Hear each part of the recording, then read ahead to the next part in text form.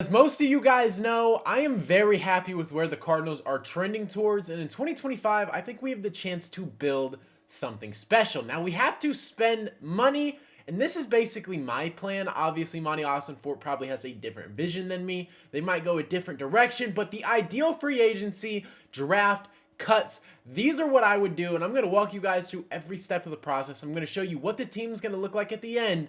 You guys let me know the moves you would want to make and if you agree with my roster construction. But without further ado, let's go ahead and dive right into it. So first things first, we're going to be talking about some of the cut candidates, some of the cut prospects. First up, we have safety Jaylen Thompson. This is a guy that it would suck to see be let go, but when you could save $10 million making him a post-June 1 cut, I think you have to make that decision. You got to do it. You got DTD, the Rabbit, sitting here waiting for playing time, and in his limited action, he has looked very good, and Budda Baker just got extended.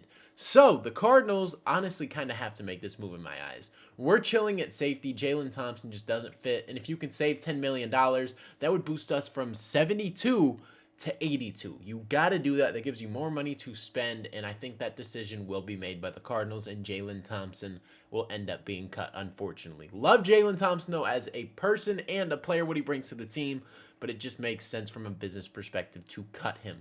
Then Jonah Williams, you could do the same thing and get up to $92 million. You could save $10 million by making him a post-1st June cut. But I wouldn't do that personally. There's no better right tackles out there right now, so I would rock with Jonah Williams, take that cap hit, and I would cut Jaylen Thompson and keep Jonah Williams. I could see both of these guys getting cut, though, and if they do, I would not be surprised. But me personally, I'm going to rock with Jonah Williams in my future. Like I said, though, that could go either way. Both of them could get cut, or Jaylen Thompson could just get cut. We'll see what happens. I almost guarantee that Jaylen Thompson does end up getting released from the Cardinals. Jonah Williams, I'm not sure. I could obviously see it happening, though, because $10 million is a lot of money, and you can go spend it a lot cheaper. Maybe get like a Kelvin Beachum. Who knows at the end of the day? It's going to be very interesting. Stay tuned, though. Now, right here, these are the players that I think the Cardinals will let go of. First up, we have Will Hernandez, who has been fantastic for the Cardinals, but he's coming off a torn ACL, going to command a decent bag, and I don't think the Cardinals are willing to pay him, and I'll show you guys in just a second what I would do personally. We're going to fill that spot. Same with Greg Dortch. The slot receiver did not perform up to standard this year, didn't get a lot of touches. In the last game of the season, he was balling against San Francisco, but I do not think he's going to be brought back by the Cardinals. Dennis Gardeck, fan favorite. Me personally, I'm cool with letting him go. Don't need him here. Victor Dimukeje, same thing as well. We can get better production elsewhere. You can get it through the draft. You can get it anywhere. I'm chilling letting both of those guys go. Then on the defensive line, we're going to be letting go of L.J. Collier and Zay Jones at the receiver position. Those should not shock you at all. Then at inside linebacker, a lot of you guys love Kazir White. Me too. Same with Nick Rallis. But we're going to let him and Chris Barnes walk, which gives us a massive gap at inside linebacker, which we will fill. Matt Prater will let go, Zach Pascal will let go, Jesse Luketa will let go, and Roy Lopez will let go of as well. And that is also a name right there. Roy Lopez, who played pretty dang good. But the Cardinals, with the money I'm spending right now, we're not going to be able to retain all of these guys. So at the end of the day, this is what it's looking like. All of these players are going to be let go. You guys let me know how you guys are feeling about these names, what players you would want to bring back on this list, but this is what I'm thinking. Then when it comes to who we're bringing in to sign, I'm going to say the Cardinals make their first big-time splash on right guard, Trey Smith. This is Will Hernandez's replacement. He's like 25 years old. We're going to bring him in on a 3 to 4 year deal is my hope. And if we can do this, this gives us a ton of stability on the interior offensive line, something that the Cardinals desperately need. If we do this, we are going to be chilling. This would fill a massive hole. This would give us something to help Kyler majorly, and we would be chilling. Then I'm going to also say we bring in Evan Brown back on a 1 year deal. Gives us the left guard solidity, and we're chilling in the interior line. Then we got Frohold at center. We're good right there. Then we're going to also bring in Haason Reddick. This name has been floated around forever. He is now a free agent, played terrible with the Jets, but I think coming back to Jonathan Gannon and coming back to this regime and this scheme, he's going to thrive here. And we're going to sign him to a 2 year deal, hopefully a 1 year with a one way to get out if he's not balling, or we can actually get him at like a post-June 1st cut. I don't know. I feel like they're going to make the contract perfect, and if we can get him on a 2 year deal that would extend him till he's 32 years old, that would be muy bien.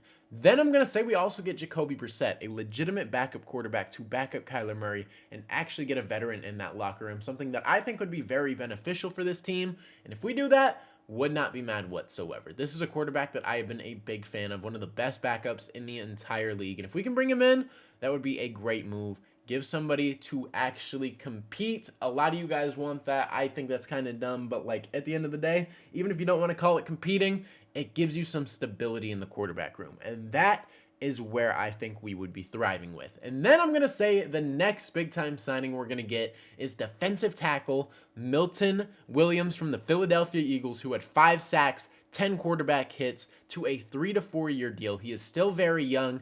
We bring him in. This is some defensive tackle help, and we would be fantastic. Our team would look great. And then I'm going to say we also sign right tackle Kelvin Beachum to a 1-year deal as well. If we do that, that gives us one of the best backups in the league. He surprised me last year, had a way better season than I thought he would, especially after that Buffalo game. So at the end of the day, if we can get these 6 guys brought to the organization, I would be very, very happy, and I would say we're trending in a positive direction, and this would make us a lot better of a football team. So with all those signings and all those moves, this is what the roster is going to look like. You guys let me know down in the comment section below how you guys are feeling about it, and if you want to swap out Jonah Williams and just cut him and save that $10 million, you could do that too and just swap it out for Kelvin Beachum if you don't think the money's going to match up or we would not have enough. That's the case, you could cut Jonah Williams and you could replace him with Kelvin Beachum. I would be fine with that personally. And actually, I almost forgot, we're going to talk about the draft too as well. Let me go ahead and pull this up, because this team would shock you if you guys saw without the draft picks that I made how we even got here. I'm going to say we get Emeka Egbuka with the first round pick at number 16. He's going to fall to us. We're going to pair him and Marvin Harrison back up together, and this is a move a lot of you guys might think is crazy, but I think Abdul Carter's going to go off the board. Mike Green might go off the board. There's going to be a lot of guys that are not going to be available at 16, and I feel like Emeka is going to be there. Now, taking a receiver in the first round and back-to-back drafts goes against everything I have been preaching. I completely understand that. But with the free agency that I think we're going to have, I don't think we need to address it as much. We can get Emeka. This gives us a legitimate slot receiver and somebody to replace Greg Dortch, and this gives us great production, and this gives us youth at the position. I would love that. Then in round 2, we get Jaylen Walker, who gives us a ton of versatility. This would be a fantastic pickup after losing Chris Barnes and Kazir White, who was starting for us for the majority of last season. He was our starting inside linebacker alongside Mac Wilson. You bring in Jaylen Walker, gives us used to this defense, and I would absolutely love this. Then you get Derek Harmon in the 3rd round. I don't know if he's going to fall here, but in every single mock draft I did, he was there. So I'm going to rock with it. I'm going to say we get Derek Harmon. Don't know how realistic it is. Then in round 4, we're going to get Tyler Barron. Round 5, we're going to get Trey Moore. That is back-to-back edges. That gives us depth there after losing Dennis Gardick and Victor Dimukeje. Then in round 5, we're going to take offensive tackle Ozzie Trapill. That's the draft for me. I didn't go all the way to 7 rounds, but this is what I cooked up. You guys let me know how you guys are feeling about this, and if the Cardinals landed this, how would we be feeling? Now, let's go ahead and take a look at the new offense and the new defense. We'll start out with the O. The more and more I think about it, I think I would be comfortable cutting Jonah Williams. Genuinely, I would. If they don't, would not be mad whatsoever. He was hurt for the majority of the season. When he did come back, it wasn't the best football for the Cardinals. We went on a bit of a losing streak. But if we do bring him back, wouldn't be mad. If not, save that $10 million, get Kelvin Beachum in the lineup. You guys could swap that however you want. But here we go. At QB1, we have Kyler Murray. At running back, we got James Conner. At receiver, Michael Wilson on the outside with Marvin Harrison Jr. and Emeka Egbuka at the slot. I love this. This is fantastic. And then you pair that with Trey McBride. Now you got weapons to work with. Then we got Paris Johnson Jr. coming back from injury. You have Froholdt at center, Trey Smith, the new free agent acquisition, at right guard. You have Evan Brown brought back to the team, and either Jonah Williams or Kelvin Beachum. I don't really care who it is. It's going to be one of them. Wouldn't be mad whatsoever. So here's the offense. You guys let me know how you guys are feeling about it. Are you confident? Would this actually be a huge boost? Or do you guys think it would be very similar to the same production of last year? Let me know. I think Trey Smith and Egbuka would elevate this offense so much, and this would help us tremendously. Obviously, everybody has to stay healthy, but I would love this as an offense. Now let's go ahead and take a look at the defense. And yes, there are 12 people here because obviously it's very situational. I highlighted Jaylen Walker and Justin Jones because one of them is not going to be on the field at all times. Or maybe it's Milton Williams, who's the nose tackle of this team. It depends. Whatever Nick Rallis wants to run in the moment, double inside linebackers, 3 down linemen, it depends. Whatever he's running, you could package it however. But I do think Sean Murphy-Bunting is going to be a starting outside corner to start the year. Unfortunately, I would love to see that be Starling Thomas, and it might be. If it's Starling, would love that. But my prediction is they are going to rock Sean Murphy-Bunting just because he's a veteran, and he was starting towards the back end of last season. So I could see that happening once again rolling into 2025. Then we got Max Melton on the outside with Garrett Williams in the slot. Then we cut Jaylen Thompson. We're going to replace him with the Rabbit DTD. Then we have Budda Baker at strong safety. Mack Wilson is going to be the team starting inside linebacker alongside Jalen Walker. Then we have the double edge of BJ Ojulari coming off of his freak ACL injury and Hassan Reddick, which gives us production on both of the outsides. I think BJ Ojulari, if he could stay on the field, is going to be fantastic for us. He's take a lot of pressure. He's not even going to have to be the main edge on this team, but it's going to give you a lot more pressure on the quarterback than we had last year. Then we have Justin Jones, and this also gives us no Bilal Nichols minutes, which would not be mad whatsoever. He'd be a rotational player, not a starter. That would be very beneficial for this team. We'd have a lot of money invested in the defensive line, but that's fine because we also have Darius Robinson, who will probably be a starter. Justin Jones is going to be down there, and same with Milton Williams as the nose tackle. You guys let me know how you guys are feeling about the defense, but if we rock this out, this would be a fantastic unit and much improved. We'd be a lot more physical, a lot more athletic in the front seven, and this is something that I would love to see. We'd be a lot younger as well. The only veterans we'd really have here is Hassan Reddick, Sean Murphy-Bunting, and Justin Jones. Everybody else is super young. Budda Baker obviously as well, but he's under 30 years old if I'm not mistaken.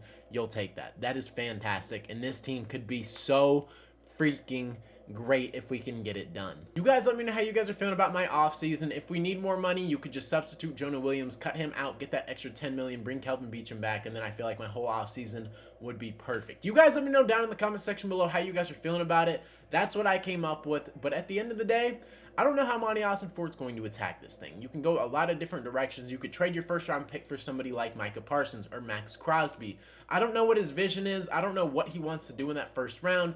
If he would double down in receiver, if he would, that would be perfect. I would love that, but you never know at the end of the day. You guys drop me your predictions for every single thing. The draft, free agency, who we let walk, cut candidates. You let me know every single thing down in the comments. Give me your predictions. But if you guys are new to the channel and ended up enjoying today's video, man, consider hitting that subscribe button. I post Arizona Cardinals and NFL related content. So if you're a fan of either of those, this is the perfect channel for you. But like I said, man, that is all I got for today's video. Hopefully you guys did enjoy. It's been your boy Mythic. Peace out.